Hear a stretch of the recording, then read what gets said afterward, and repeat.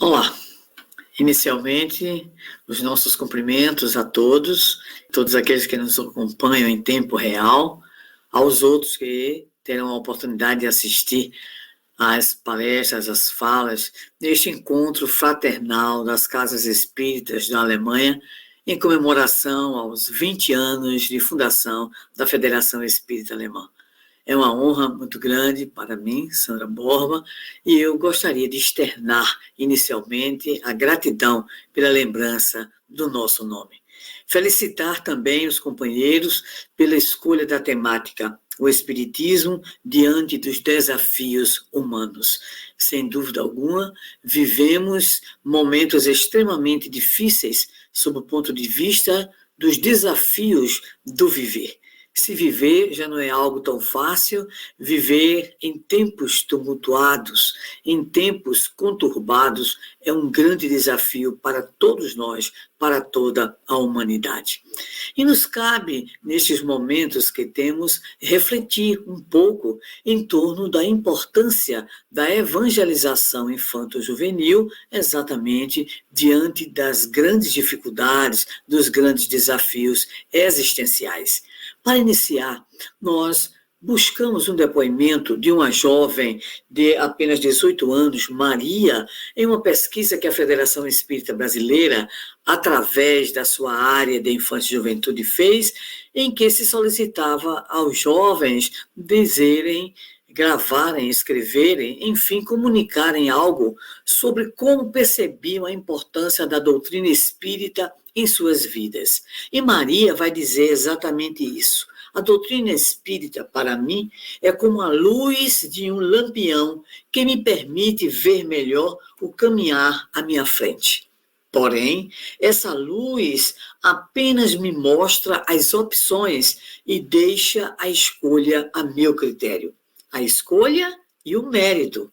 Méritos e responsabilidades por minhas escolhas erradas. Enfim, o Espiritismo me permite ser essencialmente livre. O Espiritismo não é apenas a minha doutrina, é meu modo de viver. 18 anos. E nós gostaríamos de destacar na fala da Maria, no seu depoimento, 2 pontos extremamente importantes. O primeiro é aquele que se refere à compreensão de que o Espiritismo lhe proporciona liberdade. A doutrina espírita, de tríplice aspecto, nos traz uma cosmovisão completamente diferente, apresentando-nos como seres criados ignorantes, mas destinados à perfectibilidade. E, principalmente, nos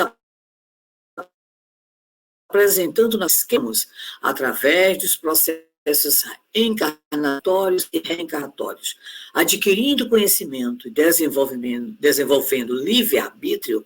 A doutrina espírita nos mostra outra face da compreensão acerca da existência humana, por colocar todos os seres em mesmo pé de igualdade na sua criação e em mesmo pé de igualdade em sua destinação. Portanto, estamos todos destinados à conquista do chamado progresso completo, a que se referem os espíritos e também respondem às questões da parte terceira do Livro dos Espíritos, da Lei do Progresso. Progresso completo, ou seja, progresso intelectual e progresso moral. Então, a doutrina espírita, ela é, de fato, para nós, este salvo-conduto de liberdade para entender a vida de um mais amplo, de uma visão como se for uma grande montanha, como se lá nós estivéssemos a contemplar a planície. Essa planície, então, nos mostra, em primeiro lugar, todos os homens como nossos irmãos. Nos mostra que a nós cabe individual e coletivamente toda essa luta, todo esse esforço para que atinjamos a esse progresso, nos apresentando, como nos diz a nossa jovem Maria, a responsabilidade pelas nossas escolhas. Nós somos os construtores do destino. Não existe uma destinação arbitrária do divino ou de qualquer força estranha e superior em relação à nossa vida. Somos, isto sim, semeadores nas existências. E essa semeadura se vincula ao nosso livre-arbítrio, quando conquistado através das experiências e do conhecimento, e, consequentemente, a semeadura nos trará as consequências ou a colheita em relação àquilo que, de fato, nós fizemos no campo das nossas escolhas. Mas o outro ponto a destacar nessa frase, nesse pensamento da Maria, é exatamente quando ela diz: o Espiritismo não é apenas a minha doutrina, é meu modo de viver. Porque a doutrina espírita não nos apresenta só uma cosmovisão em relação à compreensão acerca da vida, do objetivo da existência, da nossa destinação, mas é principalmente uma proposta, e essa proposta, ela se converte na proposta de vivência dos valores imorredouros do próprio Evangelho trazido por Jesus, considerando que o Espiritismo é o Evangelho que, de fato, retorna para nós com toda a compreensão, é a revivescência do cristianismo. E por que o Espiritismo é um modo de viver? Porque nos apresenta como divisa: fora da caridade não há salvação. E porque nos apresenta que esse esforço de progresso intelecto-moral exige de nós, em especial, o cumprimento da lei de justiça, de amor e de caridade. A lei basilar de todos os mundos, aquela que nos proporcionará, de fato, a felicidade que desejamos, pela libertação das nossas viciações, pela libertação dos nossos vícios, pela libertação das nossas condições ainda tão atrasadas, porque nos vinculam ao ciúme, à inveja, à indiferença, às atitudes das chamadas paixões degradantes, à cupidez, à avareza, tudo isso manifestação daquele que é o grande obstáculo no processo de desenvolvimento, ou de progresso, ou de evolução, qualquer que seja a palavra que escolhamos, que é o egoísmo. A exacerbação do eu, do meu, e principalmente a consequência que esse egoísmo traz na vida das chamadas relações sociais. Há egoísmos os mais variados, desde aquele, entre aspas, natural, que a criança em sua fase egocêntrica apresenta, mas que vai se perpetuando como uma espécie de criação de hábito, e um hábito nocivo, alimentado muitas vezes esse hábito pela própria família, pela própria sociedade, e que vai se enraizando, criando então essa predisposição interior ao egoísmo que se manifesta nas ações do dia a dia, no nosso cotidiano, nas nossas lutas, nos proporcionando, como nos diz a Maria, escolhas equivocadas. Só que a doutrina espírita nos diz que essas escolhas equivocadas, elas não são determinantes sob o ponto de vista de uma sentença irrevogável, porque nos apresenta a doutrina espírita sob uma nova visão, os atributos de Deus trazidos, apresentados por Jesus. Deus é justiça, mas também Deus é misericórdia. E é essa misericórdia exatamente que proporciona à criatura, o espírito imortal reencarnado, as oportunidades através da palingenesia, ou a lei do retorno, é a reencarnação, ou a lei da reencarnação, de uma maneira mais sintética, nos proporciona a oportunidade da reparação, a oportunidade do reajuste com vistas ao nosso progresso, com vistas a que nós, de fato, atinjamos o melhoramento. Esse é o grande objetivo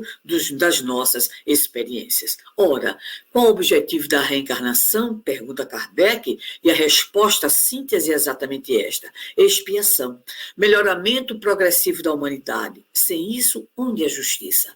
Mas qual é o papel, em especial, da infância? O papel da infância, também o Livro dos Espíritos nos esclarece, é nos proporcionar a oportunidade dessa recomposição.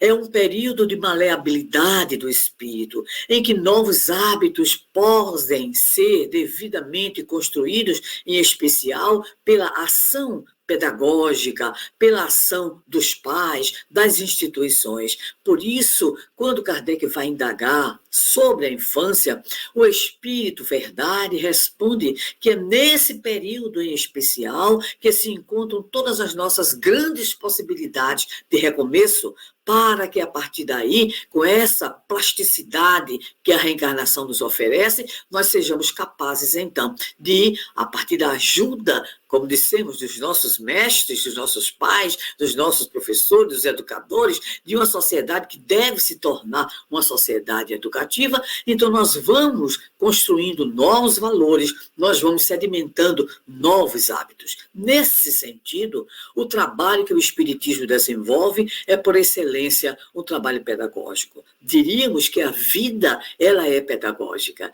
que Deus, nosso Pai, manifesta exatamente através dos diversos mecanismos de relações que a vida nos proporciona, o caminho pedagógico para um processo de autoconhecimento e para um processo, pelo esforço, de autoiluminação.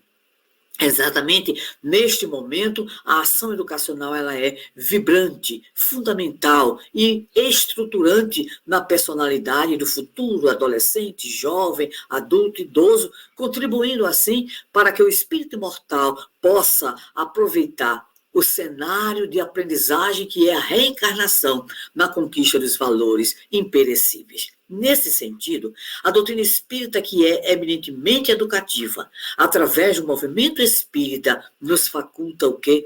O trabalho pedagógico da evangelização da criança e do jovem. Há mais de 100 anos, né? Em 2014, comemorávamos oficialmente o centenário da evangelização infantil, mas sabemos que havia instituições que já desenvolviam essa atividade, né? Embora os registros sejam precários. Mas é em especial a Federação Espírita Brasileira, em 2014, comemora os 100 anos da implantação do trabalho junto à criança, porque, afinal de contas, conforme rezam as nossas tradições da campanha de evangelização lançada em 1977, a criança e o jovem reclamam direção no bem. Por quê?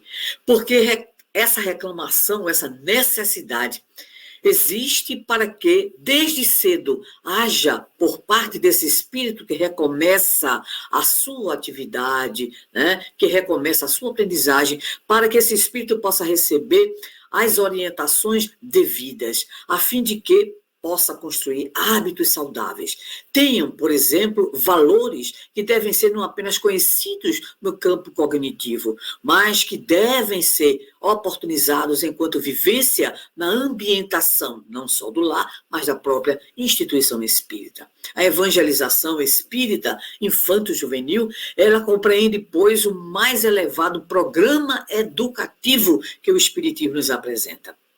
E através do trabalho abnegado dos companheiros evangelizadores, que esse momento, em nome de Jesus, à luz do Espiritismo, vai proporcionar esclarecimentos, consolações, vai apresentar a vida sob um novo prisma, vai possibilitar a construção de sentidos de vida para as nossas crianças e para os nossos jovens. Há muitos anos atrás, uma professora, colega nossa na universidade, me chamava, ela é evangélica, e dizia assim: Sandra, eu fiquei impressionada com um depoimento numa pesquisa que eu fiz sobre a questão da inclusão, né, da criança que tem deficiência no meio escolar. E foi muito interessante que numa escola, uma menina, né, por volta dos 12, 13 anos, disse assim: fulaninha, aquela outra pessoa, que é espírita, nem ela tem uma atitude de inclusão. Nem ela, significando dizer que aquela que fez o depoimento entendia que pelo fato da outra adolescente ser espírita, deveria ter uma conduta diferente. Então, fora da caridade não há salvação, é exatamente o grande slogan, né, que nós temos que adotar. E vamos mostrando outros valores que são fundamentais para a construção de uma personalidade saudável. A ideia da fraternidade. Somos todos filhos de Deus, a ideia da imortalidade, somos espíritos imortais, a ideia de que somos construtores do nosso destino, isso tudo a doutrina espírita vai na linguagem necessária à criança, ao adolescente, ao jovem, com o uso de recursos também que vão atender diretamente essas necessidades de aprendizagens para que essa criança, futuro adolescente, futuro jovem, futuro adulto, tudo isso possa significar a construção de uma compreensão nova sobre a valorização da própria vida. Os desafios no mundo atual são desafios difíceis. Vivemos a era da individualidade, da indiferença, do medo do futuro, uma sociedade cada vez mais tecnológica e cada vez mais solitária. Uma sociedade que reclama os cuidados com a nossa casa comum, a terra, que seria exatamente toda a preocupação também com a nossa sustentabilidade, com o nosso cuidado, o nosso zelo com a natureza, mas também o zelo conosco, o autoconhecimento para o espiritismo, a chave do progresso individual. Para com a nossa educação, principalmente moral, no campo das relações sociais, porque a educação também na qualificação, entendemos com o Livro dos Espíritos, é a chave, a outra chave, do progresso moral. E nós precisamos ter uma sociedade não apenas avançada sob o ponto de vista das suas condições socioeconômicas, não, nós precisamos ter bem-estar sociomoral, é isso que nos dizia Allan Kardec. Precisamos para isso o que Leon Denis, o grande filósofo do Espiritismo, também nos diz. Queremos uma nova sociedade, então precisamos de novas criaturas, de novos homens. E só uma educação. E no caso da evangelização da criança e do jovem, longe de uma visão meramente meramente prescritiva ou normativa, é essa atividade que a Maria coloca para nós. É através da prática, da ação evangelizadora, que esses que nela estão possam desenvolver uma compreensão de vida, mas principalmente um modo de vida, enfrentando os desafios que aí estão. Os desafios, como já enumeramos alguns, de uma sociedade indiferente muitas vezes, violenta muitas vezes, que aí está trazendo apenas a dimensão material, o sucesso material, o êxito material, em meio a uma solidão, em meio à não vivência de valores sociais, afetivos, ao enfrentamento das viciações que aí estão cada vez mais disseminadas. Então, nós precisamos, de fato, em termos de movimento espírita, cumprir efetivamente os nossos compromissos com a educação da criança e do jovem. Por isso, o nosso convite, evangelize, coopere com Jesus. Façamos todos esse investimento junto ao coração infanto-juvenil. Os espíritos denominam o campo fértil para que as sementes positivas da doutrina espírita possam, então, ser lançadas na esperança de encontrar o solo fértil. E esse solo fértil poderá, então, fazer germinar essa semente para que ela possa, não apenas ser ela, mas ela possa levar à comunidade as grandes contribuições que sempre a juventude, ao longo dos séculos, trouxe, principalmente a juventude que encontrou na palavra de Jesus, na vivência do Evangelho e na exemplificação das gerações adultas mais comprometidas com uma humanidade feliz, tudo aquilo que necessitam para também não passarem em vão pela terra, mas para deixarem a assinatura da educação, a assinatura da fraternidade, a pedra angular de uma nova ordem social. Parabéns à Federação Espírita Alemã, a todas as casas.